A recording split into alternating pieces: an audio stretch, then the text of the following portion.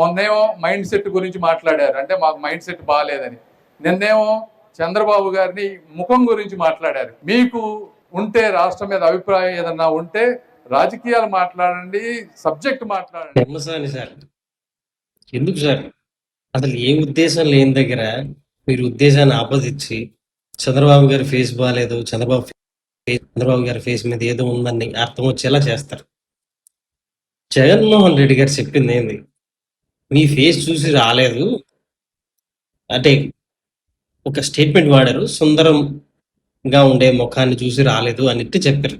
అది ఏ కాంటెక్స్ట్లో, మిట్టల్ స్టీల్ వాళ్ళు రావడానికి కారణం మేము, మీ ఫేస్ చూసి కాదు అని. ఆయన ఫేస్ బాగుందని ఎలా ఎక్కడ అనలేదు, ఫేస్ మీద ఏదో ప్రాబ్లం ఉంది అని అనలేదు. కానీ మీరు మాత్రం అదేదో బాగా తెలిసిన వాళ్ళలాగా ఆయన ఫేస్ ప్రాబ్లం ఉంది కాబట్టి ఆయన బాడీ షేమ్ చేశారు అన్నట్టు ఎస్టాబ్లిష్ చేస్తారేంటండి? అంటే ఇప్పుడు చంద్రబాబు సార్ ఫేస్ బాగాలేదా? మీరెవరు సార్ డిసైడ్ చేయడానికి ఆయన ఫేస్ బాగాలేదని? అసలు మిమ్మల్ని అమెరికా నుంచి తీసుకొచ్చి మీరు సెంట్రల్ మినిస్టర్ చేస్తే ఆయన ఫేస్ బాగాలేదు కాబట్టి ఆయన బాడీ షేమ్ చేస్తారని చెప్పి ఆయన ఎత్తున రాలేస్తారంటండి. ఏంది సార్ మీరు, ఇదేనా మీ లాయల్టీ? చంద్రబాబు సార్ చూసుకోండి ఇలాంటి వాళ్ళ గురించి. ఎవ్వరు అనలేదు సార్ మీ ఫేస్ బాగాలేదని, ఏనా అంటున్నాడు. కావాలంటే ఆయన అన్ని మాటలు మళ్ళీ చూడండి, జగన్మోహన్ రెడ్డి గారు అన్ని మాటలు మళ్ళీ చూడండి. ఈయనే సార్ అసలు కల్పిట్టు.